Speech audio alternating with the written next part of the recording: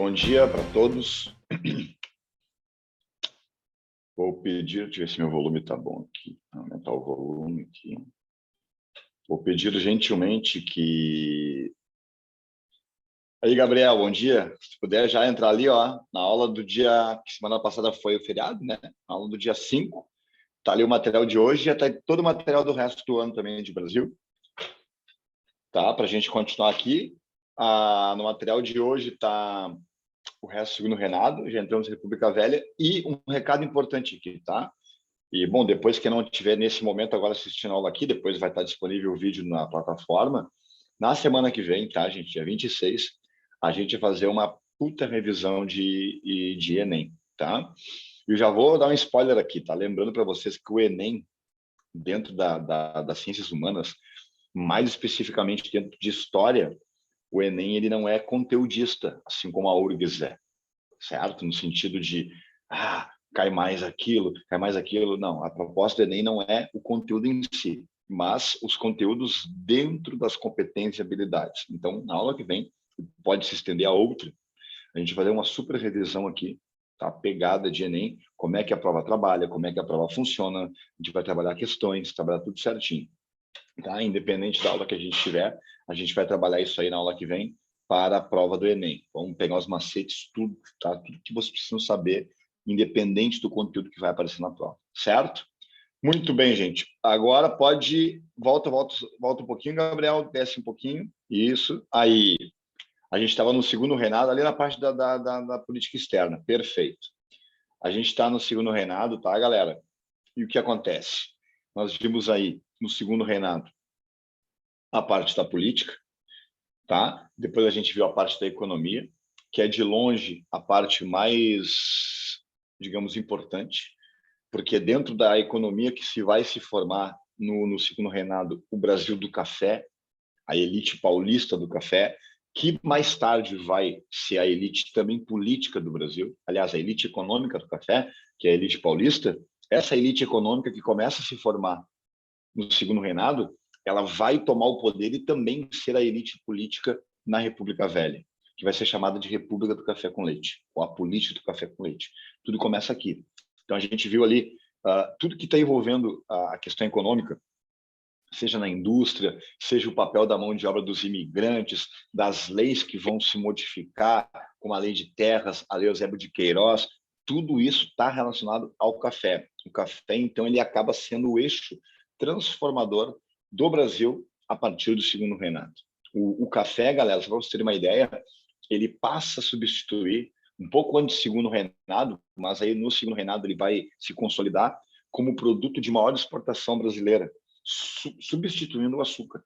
Porque desde o começo da história do Brasil colônia, quando se começou a plantar aqui cana-de-açúcar para vender lá fora, o açúcar foi o carro-chefe, independente do ouro. O ouro teve seu ápice lá no século XVIII, mas o açúcar sempre foi a ponta de lança do Brasil. E no segundo reinado, o café substitui o açúcar e o café vai ser o carro-chefe do Brasil até a Era Vargas. O Brasil continua sendo agroexportador, a principal economia é agrária, só que agora é o café o carro-chefe, certo? Então, isso é o mais importante. Feito isso, a gente foi, então, para a política externa. A gente viu na aula passada, de 2 semanas atrás, a questão Christie, que é até meio engraçado essa história, que foi uma briga, né? Digamos, uma desavença, um rompimento diplomático entre o Brasil e a Inglaterra por uma questão de um episódio que foi o navio lá que afundou aqui no Rio Grande do Sul, e aí o governo inglês, através do seu diplomata William Christie,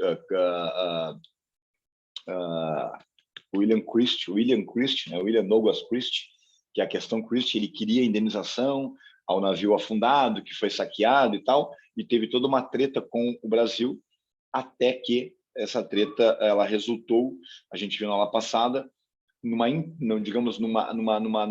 na participação de um outro governo, o rei da Bélgica, ele atua, né, o chamado arbítrio internacional para decidir, digamos assim, o que ia ser feito, se o Brasil deveria ou não pagar essa dívida. E aí acabou que o Brasil não precisaria pagar.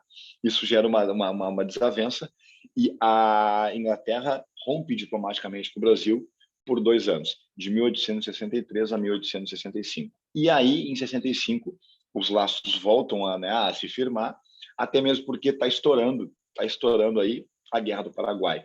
Na aula passada, eu fechei nosso encontro aqui falando daquilo que o Enem mais pede, ou que é mais a característica de uma prova do Enem gráfica. Lembra? O que é a guerra historiográfica? As versões da guerra. Então, nós temos pelo menos duas versões. A versão chamada versão marxista, que ela se difundiu muito, tá? Principalmente aí na metade do século XX, durante a Guerra Fria. E essa versão marxista, tá, da Guerra do Paraguai, ela coloca, digamos assim, a responsabilidade no imperialismo inglês. Por quê? Porque a Inglaterra, interessada em exportar seus produtos industriais para a América, queria mercados consumidores fáceis. O Paraguai se transformava numa economia forte, num país grande, num país que tinha feito reforma agrária, acabado com o alfabetismo, tendo indústrias próprias, sendo autossuficiente. Então, o Paraguai lembrava uma espécie de soberania perigosa para os interesses ingleses, e uma soberania que poderia ser uma epidemia, no sentido de que outros países poderiam imitar o Paraguai e querer também ter sua independência. E isso, obviamente, um país independente, forte e soberano, ele é menos vulnerável a uma potência estrangeira. Então, isso não é interessante para a Inglaterra, então a Inglaterra promove um conflito e financia aí Brasil, Uruguai e Argentina para atacar o Paraguai, para enfraquecer o Paraguai, para que o Paraguai volte a ser um país fraco e dependente dela. Essa é uma versão que durante muito tempo foi uma versão que tomou conta aí das academias e tal. E depois há uma segunda versão, que é a versão basicamente trabalhada com o professor Francisco Doratiotto, do livro Maldita Guerra, professor da UNB de Brasília, que ele vai dizer, na verdade ele vai retomar até algumas narrativas meio antigas dos exércitos e tal, que é o seguinte, na verdade é uma guerra de potências contra potências. Todos tinham interesse na Bacia do Prata, todos os países envolvidos queriam acesso à navegação, queriam ser mais forte que os outros ali, e o Paraguai é um deles. E o Paraguai não é tão mocinho assim na história, como diz o Francisco Doratiotto. Apesar de ser um país forte, um país economicamente que está crescendo e tal, ele era um país ditatorial, isso de fato era. O presidente, né, o Solano Lopes, ele era realmente um autoritário, um ditador, e ele tinha interesses em o Paraguai ser maior do que era. O Paraguai é um país isolado para o mar, ele não tem mar, não tem litoral, e o Paraguai, para ser um país forte, precisaria ter escoamento, acesso ao mar, até com navegação, uma questão econômica, isso. E o Paraguai, então, nesse projeto, ele cria um conflito para poder ter acesso ao Atlântico e tal, e ele vai invadir o Brasil, vai invadir a Argentina, dentro de alguns conflitos que vão acontecer, mas, na verdade, o interesse do Paraguai era fazer isso, para ter acesso ao mar. E vai haver, obviamente, o revide de outros países nesse contato, nesse ataque paraguaio. Resultando no quê? No maior conflito aí sanguinário da América Latina de todos os tempos aqui. Ok? A Guerra do Paraguai, que deixou aí mais de 600 mil mortos. Principalmente aí no Paraguai, morreu gente pra caramba. E eu até falei para vocês ali, né, dos conflitos, falei para vocês né, do processo de como é que começou. O Paraguai, então, tudo começa, na verdade, gente, dentro de uma treta que vai acontecer no Uruguai. O presidente do Uruguai, ele é deposto do poder com apoio do governo brasileiro, ok? E o governo uruguaio, que foi deposto do poder com apoio do governo brasileiro, esse presidente, ele era parceiro político do presidente do Paraguai. Feita a deposição do presidente do Uruguai, o Paraguai entra digamos, em defesa do Uruguai e ataca, né, para devolver o poder do Uruguai, ataca o Brasil e ataca também a Argentina, acontecendo o revide. Então, nós temos uma guerra, gente, que ela é iniciada pelo Paraguai, a partir lá de 1864. E o que vai acontecer? O Paraguai, ao invadir esses territórios, no discurso de defender o Uruguai, defender o presidente deposto, ele vai, obviamente, criar o conflito aqui na América, com o Brasil, com a Argentina, e vai haver o revide. E aí entra, sim, a Inglaterra financiando, ajudando o que vai ser chamado de Tríplice Aliança. Não confundir com a Tríplice Aliança da Primeira Guerra Mundial, né? Que era o Império Alemão, o Império Austro-Húngaro e a Itália. Aqui é a BAU, Brasil, Argentina e Uruguai. Então, a Tríplice Aliança aqui, apoiada pela Inglaterra, vai revidar. Então, nós temos uma guerra que começa com o ataque do Paraguai e, ao longo dos anos, ela vai tendo uma reviravolta para o lado da Tríplice Aliança. Mais precisamente, o lado do Brasil. O Brasil vai ser o grande vencedor dessa guerra. O Paraguai ataca e a Tríplice Aliança revida. Então, a guerra começa uma guerra marítima, a Batalha do Riachuelo, primeiro, onde vai ter uma vitória da Tríplice Aliança, uma batalha naval, que vai ter a vitória da Tríplice Aliança contra o Paraguai, principalmente por parte dos brasileiros. E aí a Tríplice Aliança entra dentro do território paraguaio e a guerra começa dentro do território paraguaio. E aí, gurizada, vai ser uma carnificina de tudo que é lado. Por um lado, o Paraguai não ia se render. O Solano Lopes não se rendeu. Ele, inclusive, quando perde, né, todo o seu contingente militar adulto, masculino, ele começa a botar crianças e velhos para lutar. Vai ter exército de crianças. E, pelo lado da Tríplice Aliança, não existe arrego também. Os caras querem a cabeça do Solano Lopes. Então, as guerras vão ser terríveis, né? Culminando com o quê?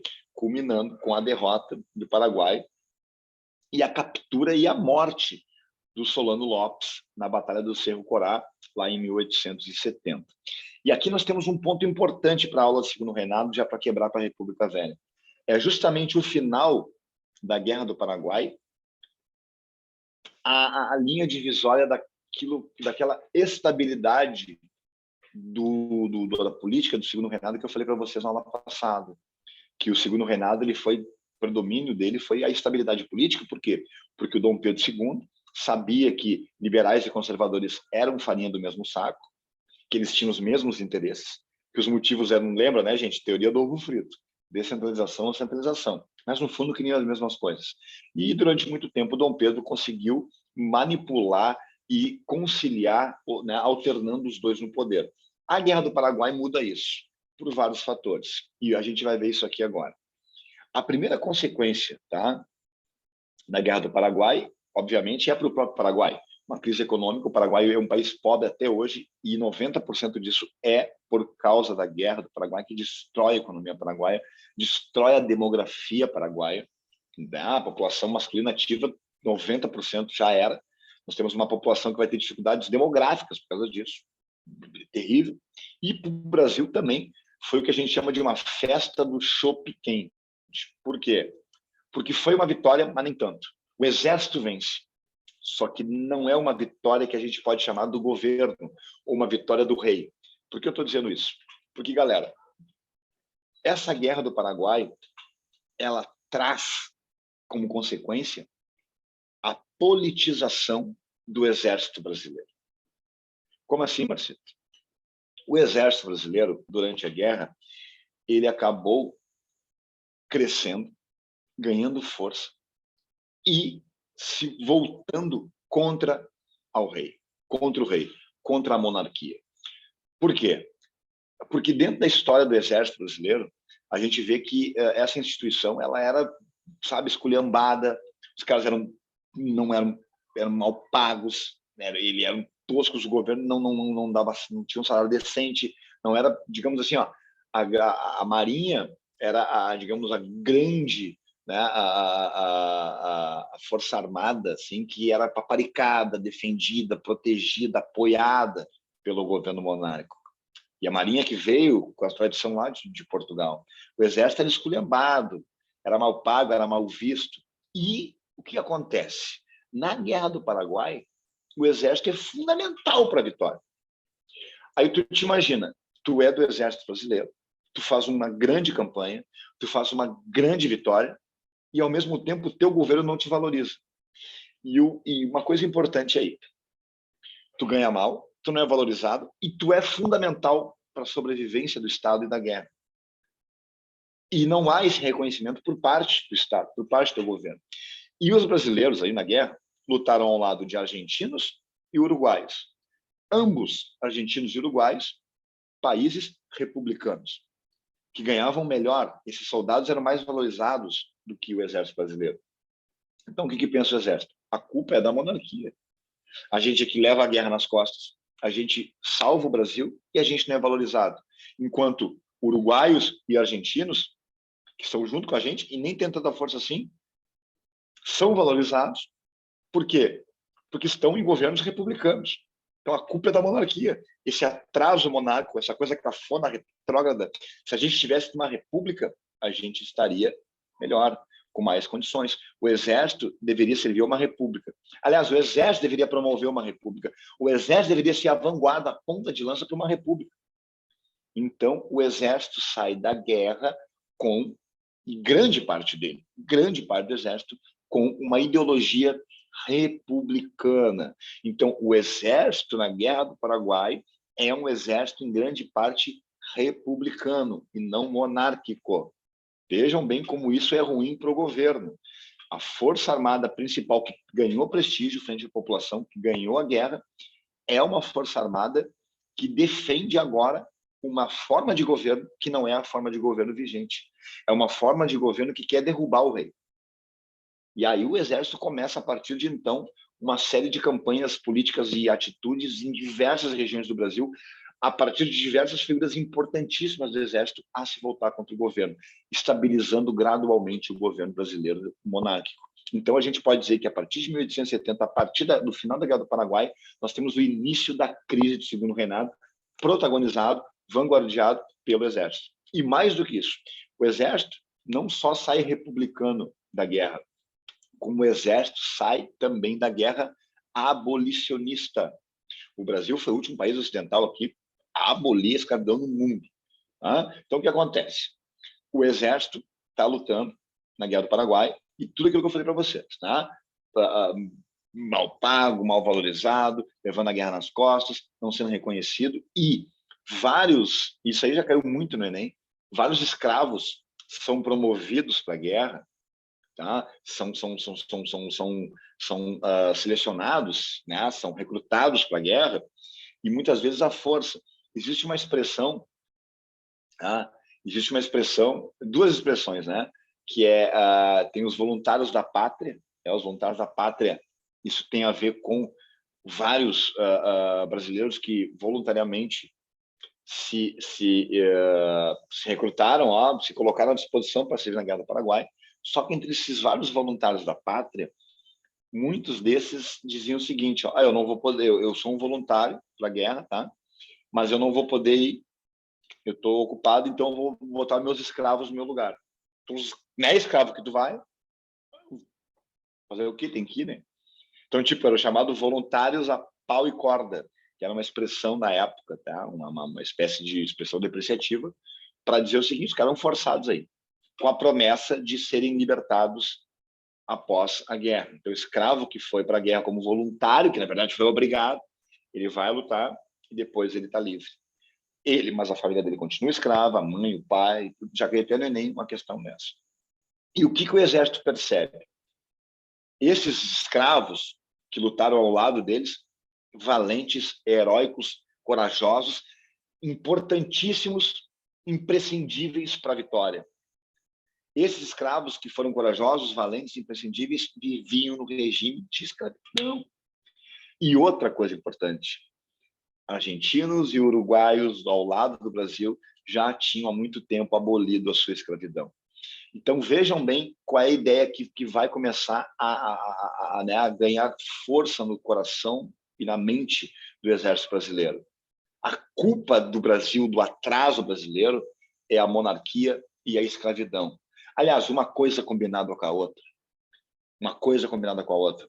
Precisamos acabar com as duas. Então, a partir da Guerra do Paraguai, a gente pode dizer que 80% do exército vai ser um exército republicano e um exército abolicionista. E começa a se criar também uma filosofia, começa a ir para os quartéis, principalmente com alguns generais, alguns militares intelectuais, a ideologia do positivismo.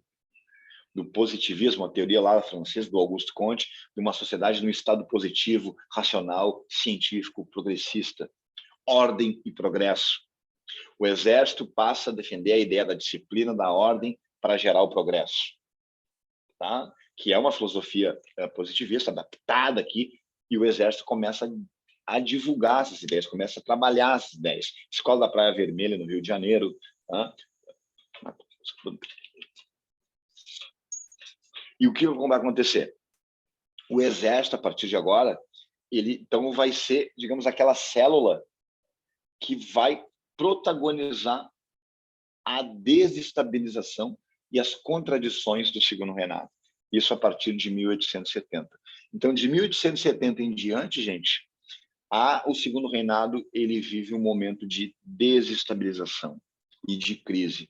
E esse exército, que vai ser a ponta de lança, né, das contradições do próprio segundo reinado, da monarquia e da escravidão, vai ser esse exército que, em 1889, vai dar um golpe, lá no dia 15 de novembro, proclamando a República, colocando o Brasil, então, dentro de um outro modelo, de outra forma política, acabando com a monarquia, acabando com o segundo reinado, certo? Através de um golpe.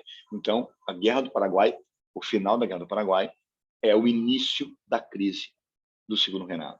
E aí eu também coloquei para vocês como consequência aqui para o Brasil as dívidas, e essas dívidas vão ser também terríveis, porque os cofres brasileiros vão ser diminuídos, vão estar em crise, né? porque vão gastar, porque vão pegar dinheiro emprestado, a Inglaterra vai financiar muita guerra, e aí as dívidas vão aumentar. Então, tu imagina, uma guerra que foi vitoriosa, foi importante, gera uma ideia de nacionalismo, isso é bom também conversar isso aqui, isso eu vou falar também na aula que vem, na nossa revisão para o Enem, os pontos importantes, mas lembra que a gente conversou durante muito tempo aqui em aula, seja a Inconfidência Mineira, a Conjuração Baiana, a Revolução Pernambucana. Lembra que eu disse para vocês que todas as revoltas coloniais separatistas, elas eram regionais, que ninguém pensava no Brasil como Brasil, se falava na região, é mineiro, é baiano, é pernambucano, porque a ideia de pátria é muito vaga. Pois agora nós temos uma primeira guerra no Brasil que tem um traço nacionalista patriótico. Nos cartazes, né, digamos, nas campanhas, nas propagandas de guerra do segundo reinado na Guerra do Paraguai, já se falava brasileiros às armas. Nós contra os paraguaios, o Brasil em guerra, o Brasil. É a primeira vez que se fomenta, gente, uma ideia de nação, uma ideia de pátria, de território contra o estrangeiro, o Brasil todo. E aí percebam, quem é que protagoniza isso? O Exército. E aqui eu já vou dar uma pincelada para vocês de outro assunto muito interessante, muito importante, que como o Brasil é um país que viveu vários golpes militares ao longo da história, vários golpes militares, a gente tem que pensar que esses golpes militares, por mais que a gente tenha estudado de uma literatura muito de esquerda, é tudo culpa dos Estados Unidos, é culpa... Não é só assim.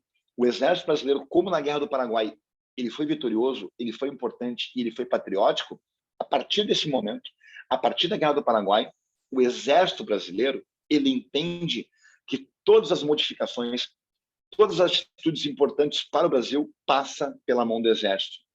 Que o exército é importante para defender a pátria, de que a nação brasileira ela é defendida e ela mantém sua soberania através do exército também. Então, o exército é fundamental para as fronteiras, o exército é fundamental para a soberania do país.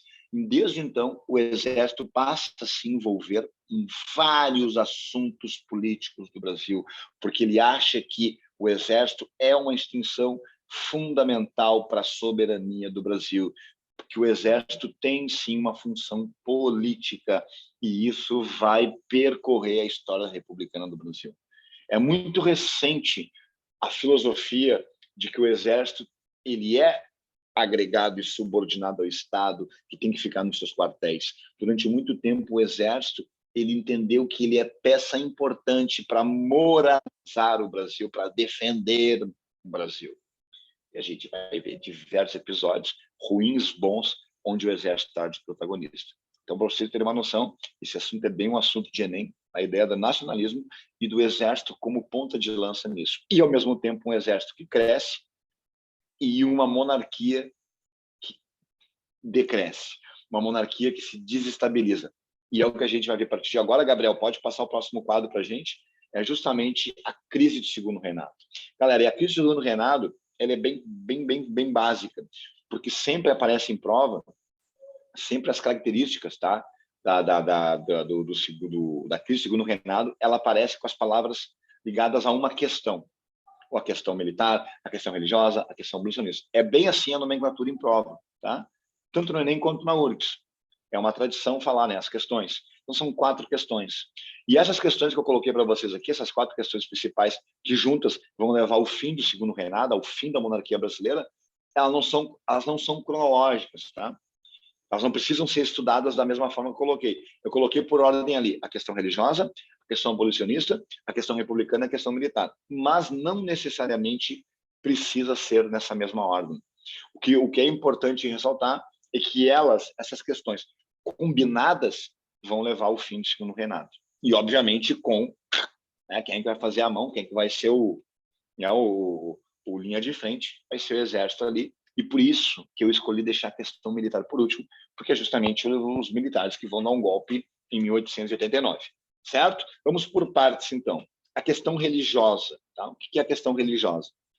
Na verdade, gente, é uma dissidência, vai ser um rompimento, um enfraquecimento muito profundo entre as relações monarquia e Igreja Católica. Só para lembrar vocês, o Brasil é um país católico oficialmente. Mais do que isso, o Brasil é um país católico e ele tem um regime de padroado régio. O que é isso, senhor? O padroado régio, que vem lá de Portugal, essa política, a Igreja Católica, ela é oficial, tem todas as benesses e as regalias do governo. Ela é oficial, só que ela é subordinada ao Estado, ao rei. Então, qualquer atitude dada pela Igreja Católica ou que deve se manifestar ou ser colocada em prática no Brasil, em última instância, tem que ser autorizada pelo rei. Isso é o chamado padroado régio. E aí tem uma expressão muito usada que era não há medida a ser tomada pela igreja ou qualquer coisa ligada à igreja que seja colocada em prática sem o beneplácito do rei. O beneplácito do rei, gente, dentro de um regime de padroado régio, é a chamada autorização. O rei falou, tá, pode ser. Se o rei não autoriza, se não tem um beneplácito, essa medida não vai ser colocada em prática. Portanto, a Igreja Católica tem força, é oficial, só que, em última instância, ele é subordinado ao rei. Feito isso, vamos ao fato. Em 1864, galera, o que vai acontecer? O Papa da época, ele cria a bula, a carta papal, a bula Sílabus. E nessa carta ele diz o seguinte, está extremamente proibido pela Igreja Católica, né, a Católica Apostólica Romana de Roma, o vínculo entre a igreja e a maçonaria. Lembra que eu tinha dito para vocês da maçonaria, né? A maçonaria que ela foi importante para a independência, ela tinha discussões liberais, mas ela era vista como satanista, ela era vista como ruim pela igreja e tal. Ela tinha essas coisas hereges, heresias. Então a Igreja Católica, com o Papa na época, a proibição de quê? A proibição de que os membros da maçonaria participem da igreja e vice-versa, que os membros atuantes da igreja participem da maçonaria. A igreja proíbe isso, tá? Bom, aí eu até vou fazer uma explicação para vocês que não é o conteúdo, o motivo disso, aparentemente, se a gente for olhar assim, ele é religioso, mas isso aí é uma desculpa, assim, porque, na verdade, como a gente sabe que a maçonaria ela é um espaço que ela era um espaço de discussão política, que defendia a república, que discutia assuntos que não se podiam discutir livremente, as repúblicas começam a aparecer na história, os movimentos políticos começam a crescer. Por exemplo, a Itália, onde está a Igreja Católica em Roma, está passando nessa época por transformações. Nós temos republicanos, monarquias, nós temos líderes tomando contra a Itália, unificando a Itália, e a Igreja Católica perdendo força. E a maçonaria é uma instituição que age também.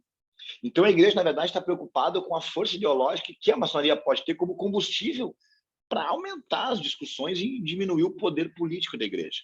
E, obviamente, fica usando o discurso de uma coisa religiosa, que é pagão, que é herege, enfim. Mas, na verdade, a preocupação da Igreja é política, com a força que tem a maçonaria para incentivar e botar, né, gasolina esses movimentos políticos que estão cada vez ficando mais fortes e diminuindo o poder da igreja, tá? E aí o Papa, então, fala, what the fuck, não quero igreja com maçonaria aqui no, né, na instituição. Mas lembre que eu disse para vocês, o Brasil vivia o regime de padroado régio. E aí, quando essa medida quando essa carta é oficializada, quando essa bula é feita, aqui no Brasil, Dom Pedro falou, não, senhor, aqui não. Por quê? O Dom Pedro I era maçom. Dom Pedro II era maçom. Diversos políticos brasileiros importantes eram maçons. O que faz o rei, Dom Pedro II, fala, não vou aceitar esse mando aqui. E eu tenho autoridade. Eu tenho autoridade para isso, porque aqui é um regime de padroado régio. Aqui quem manda sou eu. E eu não aceito a igreja não poder ter laço com a maçonaria. Essa foi a decisão do Dom Pedro II. E o que acontece? 2 bispos, um em Olinda e outro em Belém do Pará, não estou lembrado de cabeça aqui. Opa! Tu pode explicar o que é padroado régio? Esqueci agora. Não lembro Tá, muito eu bem. estava na aula agora quando eu falei aqui. Aham. Tá, o padroado régio é o seguinte: o padroado régio, dentro do Brasil, como era em Portugal, é a filosofia em que, por mais que a Igreja Católica seja a religião oficial, ela tem que obedecer ao rei, ao Estado. A última palavra, a última ordem é do rei. Então, toda decisão, toda a prática política da Igreja Católica, mesmo que oficial e exclusiva no Brasil, em última instância, tem que ter autorização do rei. Ah, Tem que tá, ter o ok. beneplácito do rei. Entendeu? Ela é importante, mas a última palavra é do rei. E o rei vai usar isso agora. O rei vai usar isso exatamente agora. Ele vai dizer, não, tudo bem, o Papa pode falar o que ele quiser, aqui não. Até porque a maçonaria tem força política no Brasil. E 2 bispos, tá, gente? E essa é a treta. 2 bispos, nesse momento, eles vão ir contra. E lá no ano de 1872, um bispo como eu falei para vocês, de Olinda e outro de Belém do Pará, eles vão não obedecer ao rei e vão obedecer à bula. E vão expulsar das suas igrejas membros da maçonaria, desobedecendo ao rei. E aí o que vai acontecer? Eles vão sofrer suas punições, vão ser presos e vão ser condenados a fazer trabalho forçado, assim, para lá. E isso vai gerar uma treta com a igreja. Logo depois o rei volta atrás e solta os padres, mas a briga estava feita. A partir desse momento da pressão dos padres pelo rei, por ter feito isso, essa prisão gera um desgaste entre a igreja e a coroa brasileira. E aí, gente, não vai ter nenhum padre pegando em armas, não vai ter um padre fazendo sequestro, não vai ter nada. Mas a Igreja Católica deixa de apoiar o rei. E vou dizendo para vocês que eu já falei isso na aula de História Geral. Não precisa a igreja lutar contra o rei. Basta ela não apoiá-lo para o rei e para a monarquia perder uma força muito importante. Até mesmo porque a população do Brasil é extremamente católica. O Napoleão já dizia, porque eu falei de História Geral, né?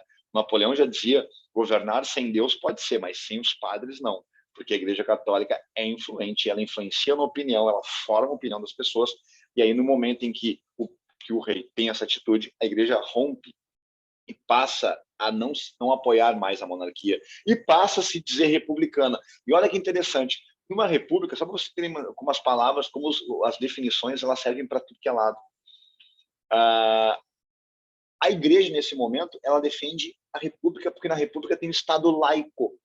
Aí tu pensa, não é ruim para a igreja? Olha como é que a igreja usou isso. Não, Estado laico é bom por quê? Porque no Estado laico, o rei não se mete nos assuntos da igreja. E a igreja toma suas atitudes, não tem que ficar obedecendo ao rei. Então, nesse momento, a igreja, por um princípio de interesse próprio, fala, somos republicanos, não apoiamos mais o rei. Aí tu vai na missa, tu vai na catequese, e tu não vê mais ninguém falando bem do rei. E vocês sabem que padres formam opinião até hoje. Imagina no século XIX. Então, o rei perde um apoio de uma forte instituição, que é a Igreja Católica, que passa a se declarar republicana. Não por princípios de república no sentido mais romântico e revolucionário da palavra, apenas porque entre a república está o conceito de Estado laico, e aí eles não sofreriam interferência e ingerência ou atitudes arbitrárias do rei. Então, gente, perder a força da igreja e o apoio da igreja é um enfraquecimento importante para a igreja católica. Então, a questão religiosa é isso: o rompimento da igreja com o rei por causa da briga com a maçonaria, tá? E perder essa força vai ser um desgaste político, ideológico muito forte para o rei. Vamos adiante. Questão abolicionista, tá? Basicamente, a Lei Áurea de 1888. Eu vou fazer aqui não, vou fazer de trás para frente para vocês entenderem. A Lei Áurea, gente, assinada no dia 13 de maio de 1888, tá? Pela princesa Isabel, que era a rainha interina, digamos assim. Ela era regente porque o Dom Pedro estava doente, tinha se afastado, já pela segunda vez já. Ela assina, então, algo que já estava estourando, que era a abolição. Ok? Por que a abolição ela é um fator de enfraquecimento para a monarquia? Vou explicar agora. Bom, o Brasil foi o último país que aboliu a escravidão. E, gente, estatisticamente, se a gente for ver, em 1888, o número de escravos, tá, da escravidão ativa no Brasil era muito pequeno, era 5% já do que já tinha sido. Porém, vamos aos fatos. A escravidão ela estava sendo já questionada, a abolição estava sendo pressionada por várias elites, pela Inglaterra e tal, por uma questão econômica, por uma questão capitalista, por uma questão moral, social, humanista, enfim. Porém, em 1888, né, o ano anterior ao fim do Segundo Reinado, os últimos a defenderem o rei, os últimos a defenderem a monarquia, eram muitos políticos do Rio de Janeiro, que estavam ali, né, na capital, mamando nas tetas do Estado e tal. E eles eram escravistas, hein? Tinham escravos. Entendeu? Então, em 1888, quando estava uma plena crise do Segundo Reinado, os que ainda defendiam o rei eram muitos políticos conservadores cariocas. E esses políticos conservadores cariocas eram os que tinham os escravos. E a Lei Áurea, ela não tinha como premissa e não tinha como na sua prática, na sua conclusão, a indenização desses escravocratas que perderam a sua mão de obra. Então, o que vai acontecer? Quando é assinada a Lei Áurea, colocando fim à escravidão em todo o Brasil, esses escravocratas do Rio de Janeiro, que defendiam, e os únicos praticamente que ainda defendiam o rei, quando aconteceu essa abolição e não aconteceu a indenização da sua mercadoria, porque era visto assim, eles se sentiram traídos pelo rei, traídos pelo monarca, pelo Dom Pedro II, e aí passaram, a partir da Lei Áurea, a se declarar também contra o rei. E eles foram chamados aí de os republicanos de última hora. Por quê? Porque eles foram os últimos a se declarar republicanos, que na verdade se declararam republicanos porque estavam putaços com o rei, porque o rei tira os seus escravos e não os indeniza, sendo eles os que o apoiavam o rei ainda, entendeu? Eles foram então chamados pela imprensa, assim, tal, pelos republicanos de última hora, ou também chamados de republicanos do 13 de maio. Por quê? Porque a partir do 13 de maio, né, da abolição, acontece essa guinada deles para o lado republicano. Então, é nesse sentido que a questão abolicionista ela enfraquece a monarquia, tá? Porque frente a tudo que está acontecendo, os que ainda apoiavam o monarca, ao acontecer a Lei Áurea e a não indenização, eles se sentem traídos e passam a advogar, a defender um governo contra o rei. Tá? Muito bem. As outras que vêm ali, gente, o que a gente vai vendo é o seguinte, que vocês precisam saber, tá? Que vocês precisam saber. As questões que vêm em seguida aqui, de baixo para cima, né, são questões contextuais ligadas à abolição. Questões contextuais são essas. Tá, lá nos Estados Unidos, gente, tá, houve uma guerra civil, a Guerra de Secessão, de 1861 a 1865. O presidente Abraham Lincoln, ele abole a escravidão lá, né, com a 13ª emenda, e só o fato da ideia de abolir a escravidão gerou uma grande guerra civil no país. Ele próprio vai ser assassinado depois que assina essa 13ª emenda e tal. E o mundo assistiu, a América assistiu essa coisa, né, esse conflito, essa violência que foi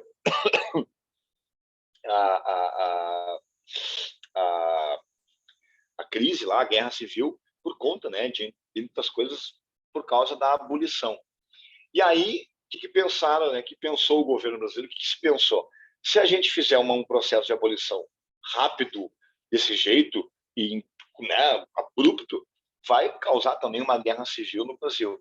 Então, o processo de abolição brasileiro, ele acontece da mesma forma como a gente analisa lá, por exemplo, o processo de reabertura no Brasil da ditadura para a democracia, um processo lento, gradual e seguro. Ou seja, tu tem que ir abrindo da escravidão para, né, para abolição, mas sem, de certa forma, ir, né, minando os interesses dos interessados, né, dos donos de terra, dos donos de escravos.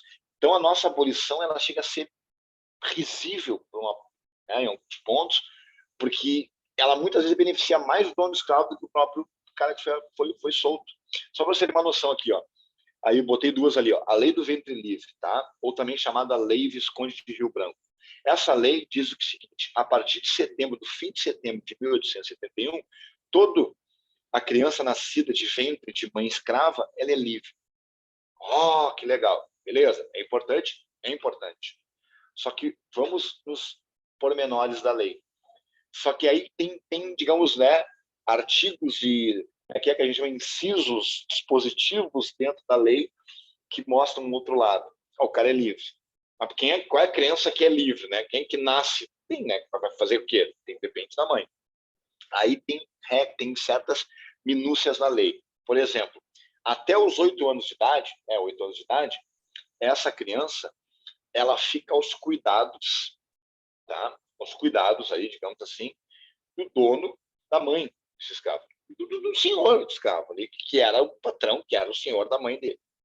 Até os 8 anos de idade, a criança está ali, cuidados dele. E até 8 anos de idade dá para trabalhar aqui e ali. Muitos escravos trabalhavam desde criança. Beleza. Bom, a partir dos 8 anos de idade, o que vai acontecer nessa lei? A partir dos 8 anos de idade, duas coisas. Ou o governo indeniza, tá, gente? Indeniza o dono do escravo. E aí a criança é livre, pode tentar ficar com a guarda de alguém, ou não sei o quê. E aí o cara recebe a indenização. Então. Ou então, se o governo não indenizar, o dono de escravo, desse escravo livre, sujeito livre, ele tem o direito, se o governo não indenizá-lo, de ficar digamos, com a tutela dele até os 21 anos de idade. Cara, isso é 1871. Lembrem do que a gente viu no slide antes. A Guerra do Paraguai terminou em 1870, deixou o Brasil sem grana, endividado. É óbvio que o governo não indenizou ninguém.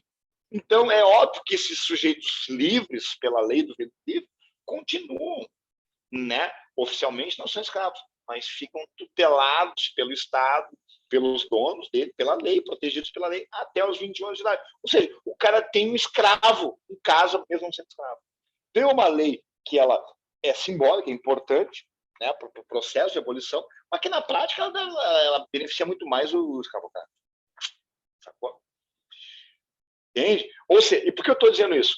Por que eu estou falando isso? Porque tem que abolir. Porque é uma pressão interna, tem vários movimentos abolicionistas, né, movimentos mais políticos, diplomáticos, movimentos mais revolucionários, né, mais agressivos, violentos. Né? Tu tem ali Joaquim Nabuco, tem André Rebouças, tu tem José Patrocínio, tu tem Antônio Bento, tu tem o... Como é que é o nome do outro, que era filho da Luísa Marim lá, eu esqueci o nome dele agora, tem outro abolicionista que também defendia movimentos dos caifazes, defendia que os negros abria as senzalas e libertar os negros para que eles se liberassem na marra. Então tem um movimento abolicionista forte acontecendo no Brasil, forte. Tem pressão internacional, tem pressão na Inglaterra, que quer que o Brasil coloque de uma vez a mão de obra assalariada, que acabe com a escravidão por questões técnicas, por questões econômicas, porque o escravo não tem salário, o escravo não é mercado interno. Tu tem muitos cafeicultores também, São Paulo, das regiões, já abolindo a escravidão, buscando a mão de obra assalariada, a mão de obra livre. Há um movimento para isso. E, ao mesmo tempo, há um movimento de fazer isso sem, né, causar pânico ou prejuízo a muitos caras que tinham escravos. Então, é por isso que as leis são bem broxas desse jeito, para atender os dois lados. É um processo devagar. E Outra lei aqui, a Lei dos Sexagenários de 1805, que também chegou a ser apelidada por alguns na imprensa de a Lei da Gargalhada Nacional. A Lei dos Sexagenários, ou também chamada Lei Saraiva-Cotegipe, ela diz o seguinte: os escravos a partir de 65 anos, alguns dizem 60, mas 65 anos, eles estão livres. 65 anos estão livres. Vamos pensar bem, 65 anos. A vida útil de um escravo, 65 anos. A maioria não chegava aos 65 anos. A vida de um escravo era terrível, era difícil. Com 65 anos, o cara já não está nem vivo. E os que estavam vivos não produziam mais. Então, vejam bem que é uma lei que também, se a gente for olhar, beneficia o outro lado, porque a partir de certa idade, o escravo, que é o que eles, assim que eles viam, a tua mercadoria, o teu produto que tu comprou, que tu adquiriu, o teu bem, a tua propriedade, ela é mais uma propriedade passiva do que ativa, porque tem mais consumo do que produção. Então, é um pó, não precisa fazer só libera, entendeu? Quer dizer, sabe, é meio que chovendo molhado, essa lei aí. E, apesar disso, apesar de sempre esse processo gradual, de tentando, né, sempre tirar de um lado, mas beneficiar o outro, ajudar um lado, mas não tirar muito de outro, vai se engatinhando até que 1888, e, gente, 1888, já como eu disse para vocês, né, período em que a maioria dos brasileiros, né, da produção brasileira, não dependia mais tanto da mão de obra escrava, mas era simbólico, fundamental, instituiu o fim da escravidão, e não o fim da escravidão com cidadania, tá, gente? Isso aí é óbvio, a gente vai ver na República, é uma abolição que ela não dá cidadania, não dá direito, ela não dá espaço, não dá trabalho, aliás, marginaliza muitos negros, levam eles às periferias, o Rio de Janeiro começa a formar as favelas, enfim, é uma situação que conta a história, que é hipócrita muitas vezes, é irônica, mas a abolição. E, obviamente, como eu falei para vocês, eu falei antes, apesar de ser uma lei que traz uma transformação e uma abolição que já estava caindo de maduro, porque o mundo estava pedindo isso. Alguns ali políticos importantes que eram ainda a base de apoio do rei eram escravocratas, não foram indenizados, e essa Lei Áurea, né, essa atitude fez com que a Lei Áurea fosse também, aí nesse momento, uma atitude, um acontecimento, galera, para também minar definitivamente ainda mais a estabilidade e a última força que tinha o Dom Pedro II dentro do Brasil. Fechou? Então, analisei com vocês a questão estrutural, de como se deu o processo de abolição gradual, e como a Lei Áurea, especificamente, ela, né, na sua decisão, ela, no seu acontecimento, ela contribui para o desgaste ainda mais, tá, do segundo reinado do Dom Pedro II frente às instituições dentro do Brasil. Fechou? Por quê? Porque a questão republicana, o terceiro item aqui, estava a passos largos no Brasil. Vejam bem que eu tinha dito para vocês antes, até na aula passada, né? A gente viu na aula passada, né? Segundo reinado, a partir ali, né? Estabilidade. Dom Pedro II usa os dois. Liberal e conservador saem do mesmo saco, beleza? Só que com o tempo vai surgindo uma ideia de republicanismo. E aí um republicano não é manipulável pelo Dom Pedro, porque obviamente um republicano, a própria pronúncia, né, gente? Republicano. Se eu sou um republicano, eu não quero a monarquia. Então, a ideia de república ela começa a crescer no Brasil ao longo da segunda metade do século XIX, justamente ali, ó, fim da Guerra do Paraguai, 1870, isso começa a se concretizar em atitudes práticas, né, movimentos políticos dentro do Brasil. A gente vai ter, por exemplo, no Rio de Janeiro, o Manifesto Republicano. E esse Manifesto Republicano, aqui é uma coisa importante para a gente entender, aqui, porque aí vocês prestem bem atenção. Existe aqui, eu coloquei dois itens para vocês ali, tá? O Manifesto Republicano de 1870 e depois o PRP de 1873. Tá? Eu vou explicar cada um deles aqui para vocês entenderem. Os dois movimentos, os dois acontecimentos estão ligados a uma ideia de república, só que por motivos diferentes. O Manifesto Republicano do Rio de Janeiro de 1870, que envolve até alguns militares, envolve uma galera ali que está com a filosofia positivista e parará. Esse manifesto republicano, ele é romântico, idealista. E ali eu botei os jacobinos, né? Movimento jacobinista. Por que os jacobinos? Porque os jacobinos da Revolução Francesa, lembram? Robespierre, Danton, da Convenção, da fase mais radical, que era mais, queria mais democracia, mais participação, né? Mais raiz mesmo.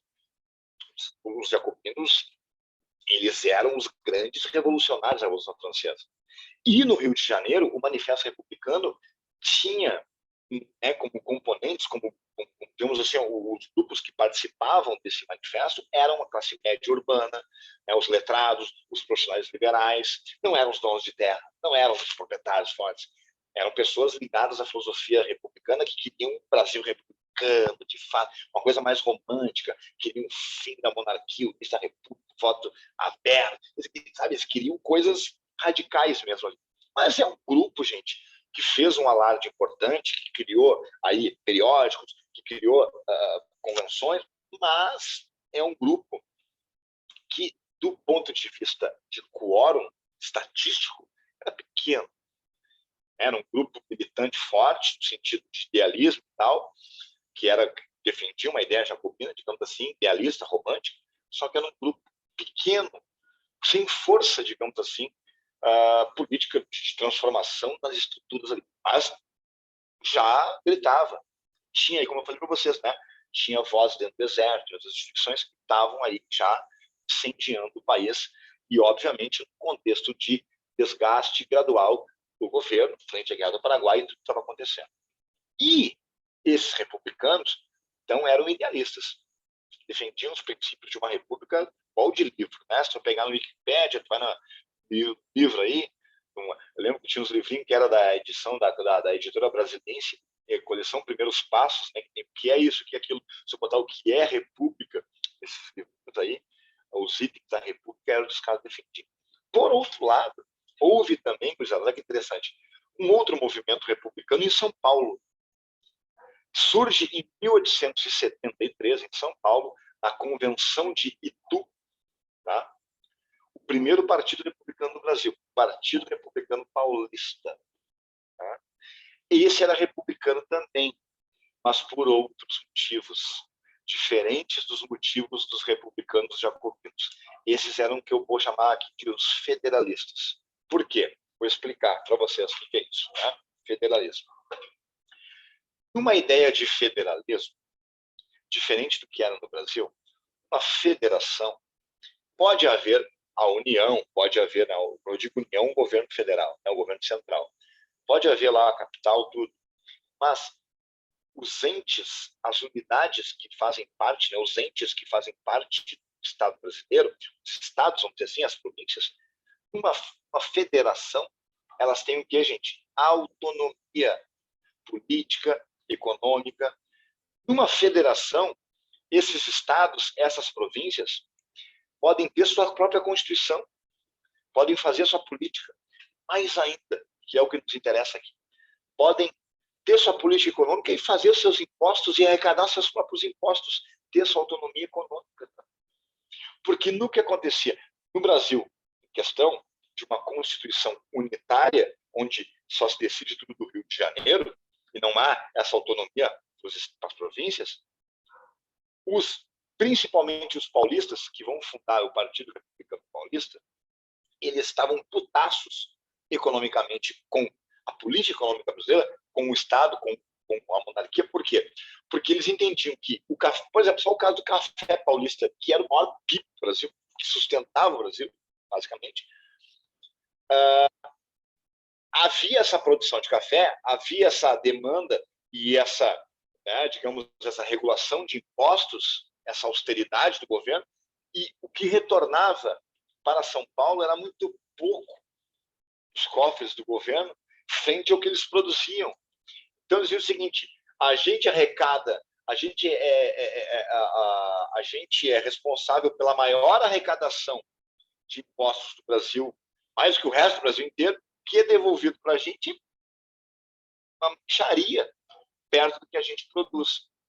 Então, São Paulo se sentia lesado, sentia carregando um piano nas costas de sustentar o Brasil e não ter retornos econômicos de impostos e outras coisas que era merecido. E eles entendiam o seguinte: se estivéssemos numa república, seria tudo diferente. Se o Brasil fosse uma república, nós teríamos a nossa soberania, a nossa autonomia política, econômica, dos nossos impostos, e aí São Paulo viveria uma situação econômica adequada e merecida. Porque do jeito que é, não dá. Então percebam que São Paulo, nesse momento, se une ao grito republicano, à ideia republicana, como foi a do Rio de Janeiro, mas por motivos diferentes. Eles estão cagando para o voto, estão cagando para a participação popular. Eles não são jacobinos, não tão radical. Mas, como na República tem, entre outras coisas, né, a ideia de federalismo, de federação, de autonomias para as províncias, então eles também levantaram a bandeira da República, mesmo que por motivo diferente. Então percebam que nesse momento vários grupos se unem contra o rei, defendendo a República, mas por interesses que não são os mesmos. Como é que eu posso dizer para vocês? Esse exemplo que eu ia dar não é um exemplo. Esse exemplo é para outro momento. Mas ficou claro aqui que, por motivos diferentes, eles acabaram, então, defendendo a mesma bandeira. Não que fossem defensores das mesmas ideias. Mas a palavra república, o guarda-chuva república, cabe um monte de pessoas ali dentro, cabe um monte de cabeças ali dentro com ideias diferentes, mas que estão ali dentro. E isso vai acumulando, vai enfraquecendo o rei, a monarquia, a escravidão, tá? E a palavra república passa a ser a grande novidade que tem que ser colocada em prática. E aí, por fim, ao cabo, eu trago para vocês, então, a ideia da questão, trago a questão militar, que foi, digamos assim, um pontapé para o acontecimento da República no Brasil, feito pelo Exército. Né, gente? E a questão militar, a gente já começou a ver no da Guerra do Paraguai, ali que vai ser uma espécie de estopim, assim, que vai ser a briga do Exército com a monarquia, principalmente, né, quando sai da Guerra do Paraguai o Exército, como eu falei para vocês, sai republicano, defendendo a República, sai abolicionista. O Exército, então, que há muito tempo já vinha sendo desvalorizado, né, os soldos baixos, não tinha um pagamento legal, eles começaram a ver os estrangeiros que ganhavam mais que eles, República, eles também não tinham plano de carreira, não tinham aposentadoria, e o Exército brasileiro tinha uma série de reivindicações. E o Exército brasileiro, gente, ele começa a se manifestar com algumas coisas pontuais, algumas atitudes pontuais que vão para a imprensa contra o governo, que vão ser rechaçados e vão reagir a isso. Já falei para vocês também da ideia do positivismo, da ordem do progresso, que o Exército é a instituição capaz de moralizar o Brasil, o Exército é capaz de levar o Brasil, né, a se tornar um Estado que é decente e moral com a República, e o Exército é a ponta de lança disso. E acontecem episódios de que alguns militares vão se manifestar na imprensa, em alguns jornais, contra o rei. Eles vão ser presos. E isso gera mais ainda crises, mais crises. Vai ter, por exemplo, episódios de prisão de um militar que defendeu publicamente na imprensa a atitude de um jangadeiro, de um navegante, de não perseguir e não buscar escravo fugido. O Exército falou, o Exército não é capitão do mato e defende quem é contra também, quem é contra a escravidão. Então o Exército, a imprensa abertamente se coloca contra a escravidão, contra essa coisa de capitão do mato, de buscar escravo fugido, que a abolição era um desastre, era uma coisa imoral, retrógrada. Esse militar é punido, depois é solto. Outro também militar vai ser preso porque ele vai para a imprensa também, discute e fala que o Exército não tem plano de carreira, que é mal pago, enfim, também gera uma punição. E aí o que acontece, gente? Começa a gerar uma bola de neve que vai ser fiável e, digamos assim, ela vai ser... eu esqueci a palavra agora, quando não tem volta. Tá? Mas não tem volta. O processo digamos assim, de desgaste, de rompimento e de crise do Exército brasileiro, que está crescendo cada vez mais contra o rei, ele vai ser algo que vai decidir o resto da história do Renato no Brasil. E esse resto da história do Renato no Brasil acontece com o golpe militar em 1889, tá? Partido Republicano Paulista, esse mesmo aí. Esse é o PRP. Tá? Esse golpe aí de 89, ele vai se dar, gente, por quê? Porque no finalzinho do segundo Renato, o governo brasileiro, o rei, ele coloca como primeiro-ministro, tá? Visconde de Ouro Preto, certo? Que esse Visconde de Ouro Preto, vendo o que está acontecendo no Brasil, com o exército, né, enfim, com os republicanos avançando, com os caras querendo o fim das ideias monarquistas, com as ideias liberais republicanas à frente, e o exército também sendo protagonista de uma série de crises, ele tenta ter uma prática mostrando que vai ser um governo, ministério mais aberto, mais democrático, que vai fazer reformas modernizantes, mas aí o exército não compra a ideia, o exército passa a não colaborar com o ministério, com o primeiro-ministro, passa a criticar, a fazer, digamos assim, ter práticas políticas e institucionais que vão não contribuir com a proposta desse primeiro-ministro, mostrando má vontade, mostrando que não quer colaborar.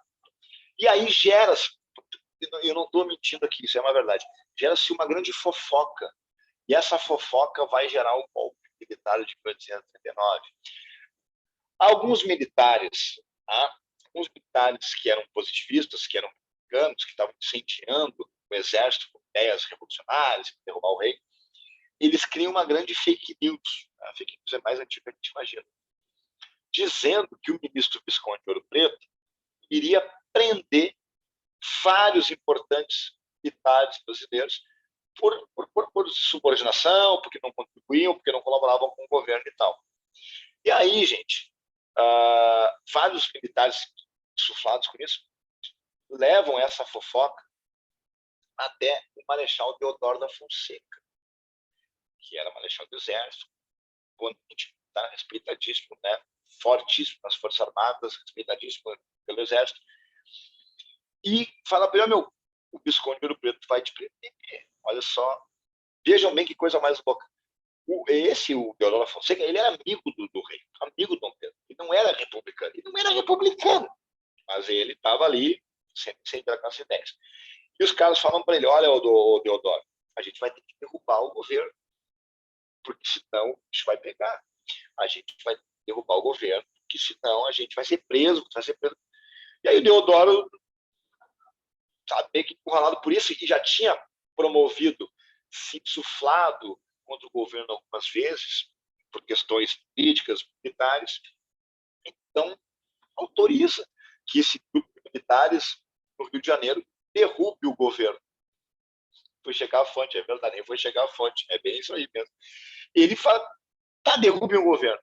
Mas derrubar o governo, gente, tecnicamente fala para ele, era derrubar o primeiro-ministro, derrubar o Visconde de Ouro Preto, não derrubar a monarquia.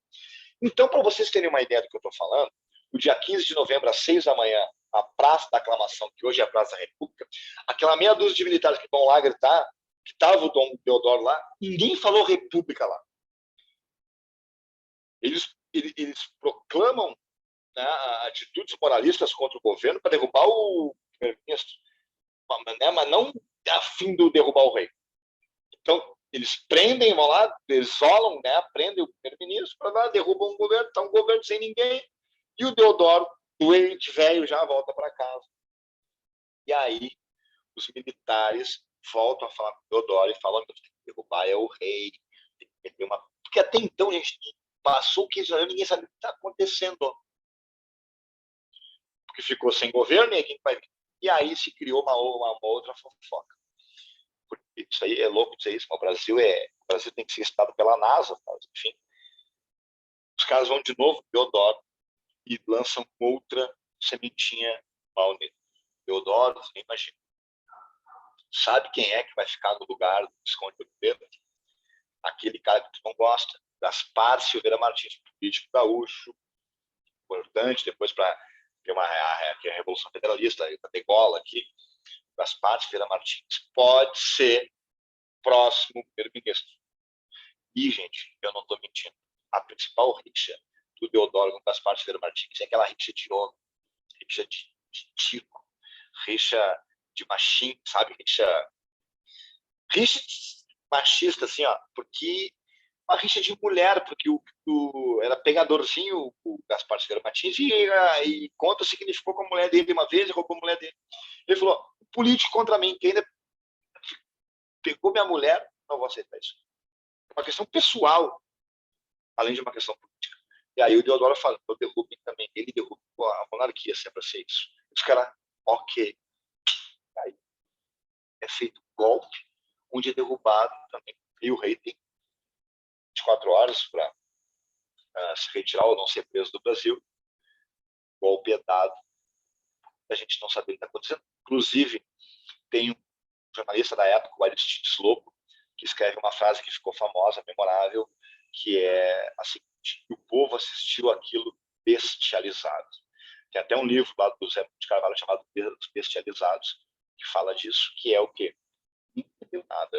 O golpe militar parecia um ato político dos militares, que acabou mudando o Brasil de uma monarquia para uma república.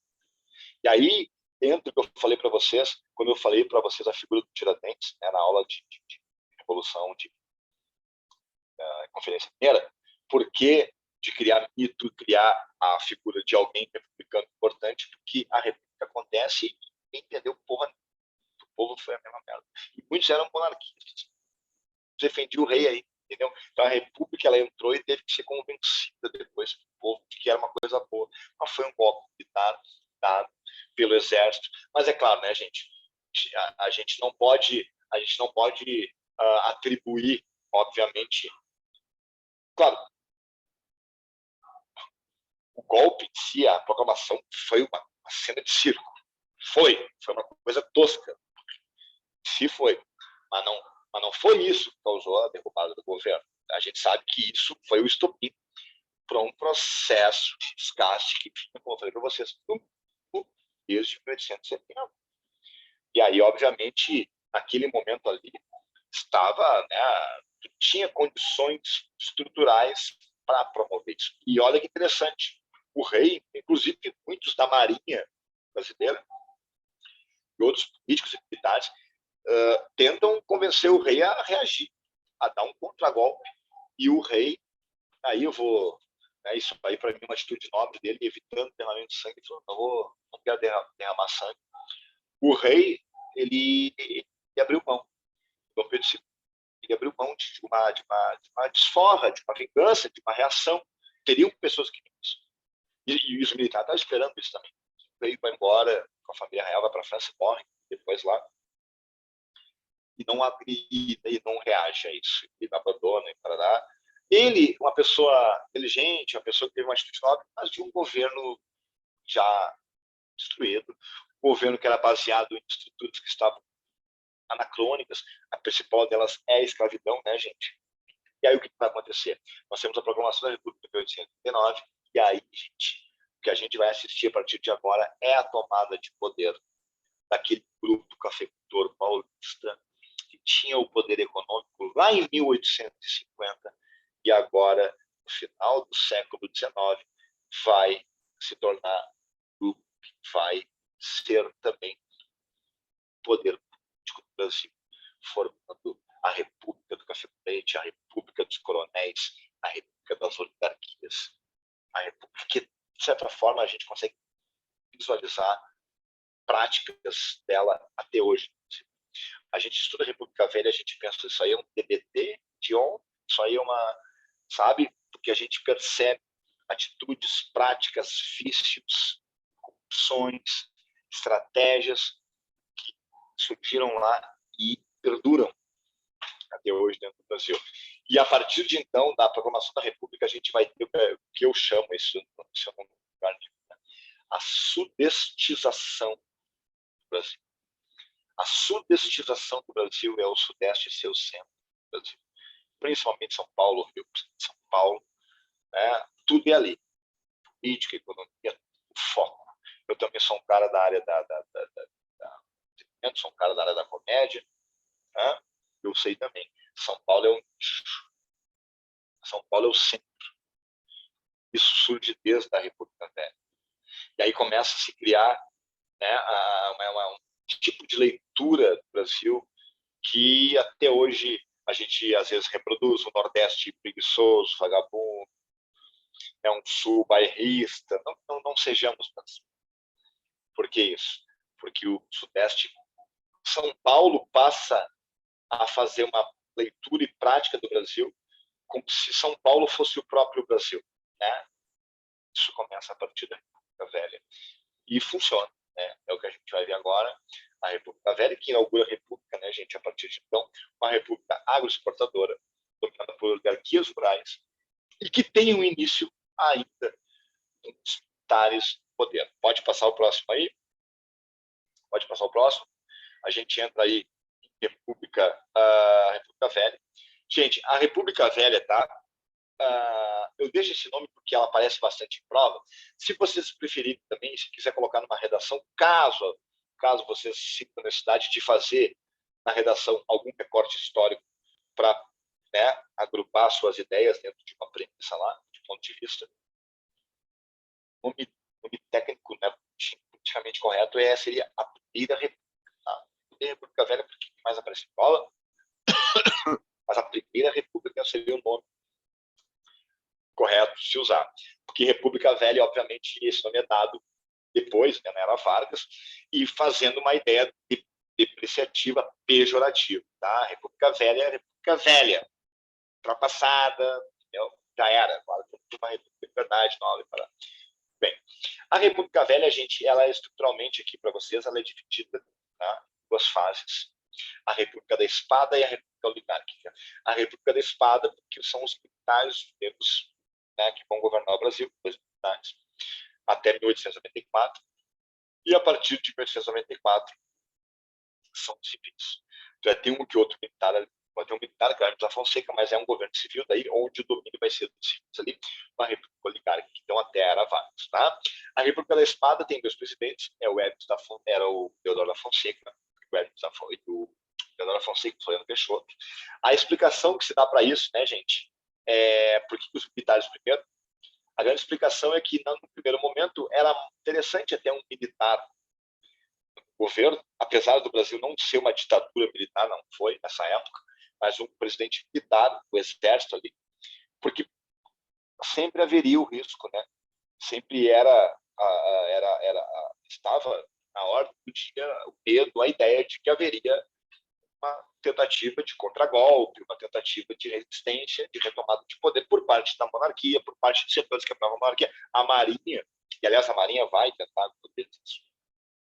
Então, como se fosse assim, né, o Estado policialesco, os presidentes ali para ter um momento meio policialesco ali para proteger a República até que ela não tivesse mais ameaçada. Então, dois presidentes ali, o Deodoro Fonseca e o Peixoto. E depois o Brasil passa para a mão das oligarquias regionais, que é o período de predomínio, que é o mais importante. Pode passar mais um? Explicar rapidamente cada um. Galera, sobre a República da Espada, então, nós temos aí o presidente primeiro, Deodoro da Fonseca, rapidinho falando para vocês aqui, Deodoro da Fonseca, ele, tá? O que fica de importante dele aqui? Quando ele toma o poder, o Deodoro da Fonseca, de 89 até 91, ele tem um governo provisório, tá?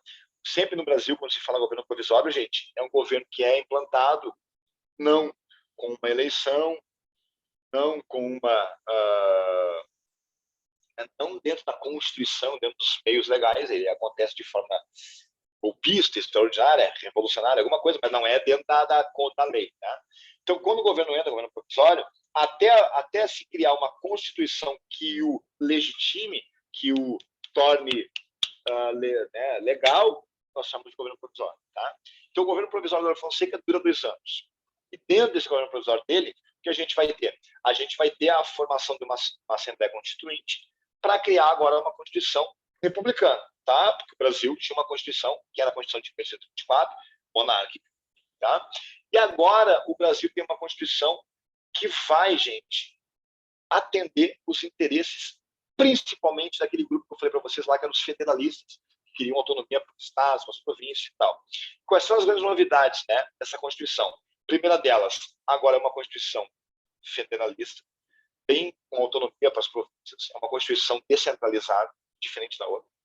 Vai se inspirar na Constituição dos Estados Unidos, de 1787, apesar de que ela é uma Constituição bem menos federalista do que a dos Estados Unidos. Tá? Mas vai se inspirar nela. Tanto que o nome do Brasil vai ser Estados Unidos do Brasil, é o nome do país. Tá? Uma república federativa presidencialista. Agora, nós temos qual é a diferença? 3 poderes, né? Nós temos 3 poderes, não tem mais o 4º poder, que era o poder moderador, não existe mais 3 poderes. Nós temos agora, gente, e esses 3 poderes todos eles são eletivos, né? Então o chefe, né, do executivo, ele vai também passar vai ser eleito, ok? Vai ser eleito. Não é mais o rei, obviamente, não é mais hereditário. Nós temos agora um Estado laico, a igreja se separa do Estado dentro do Brasil, e, gente, para nós aqui, para vocês aí, né, universitários, vestibulantes e tal, para qualquer um, a gente vê isso como muito melhor, obviamente, dentro de uma ideia republicana, Estado laico, né? Igreja de um lado, Estado de outro, tem que se meter. Mas acreditem, por que pareça, para a maioria da população brasileira, e a maioria é analfabeta, a maioria era pobre, não foi muito legal, não, essa ideia de Estado laico, porque eles viam a igreja se separando de assuntos e instituições que eram importantes. Por exemplo, agora, o casamento não é mais religioso, que é oficial, é o civil. Agora, os cemitérios são de ordem do Estado, não é mais da igreja. A igreja passa a perder controle e a tutela da oficialidade de várias estruturas. E para o povo, que era ultracatólico, isso é o demônio, isso é o diabo. A república ela é ateísta, do demônio. Então vai ter vários movimentos populares que vão confundir a sua pobreza com a religião e vão jogar a culpa na república, porque se tivesse monarquia ou tivesse religião, ou a igreja fosse mais forte, eles não estariam nessa condição, porque a maioria dos pobres do Brasil eram católicos, né? Eram religiosos, e viam a impessoalidade da república como Estado laico como uma coisa demoníaca, satanista, ocupada por vários problemas. Só mostrar para vocês que, na época, isso foi visto de uma forma não tão positiva pela maioria. Ok? E aí, gente, o mais importante aqui, que é para vocês verem tanto para a URSS quanto para o Enem, a questão do voto, tá? Agora o voto ele tem mudanças. Por exemplo, o voto não é mais censitário. E para definição, para efeito de prova para vocês vestibular, tá? A diferença de voto censitário é o voto universal. Universal não significa que todo mundo vota, tá? Universal significa apenas que não tem que ter exigência de renda. Não tem que comprovar renda para votar. Tu vota sendo brasileiro, né, a partir de 18 anos, para seguir as regras ali, tá? Né, tu vota, não tem que ter dinheiro. Tá? Então o voto ele é universal. Porém, aqui uma coisa importante que muitas vezes não aparece em apostilas e materiais, e às vezes a prova pode incomodar, o analfabeto, por incrível que pareça, o analfabeto votava na primeira Constituição. O analfabeto votava.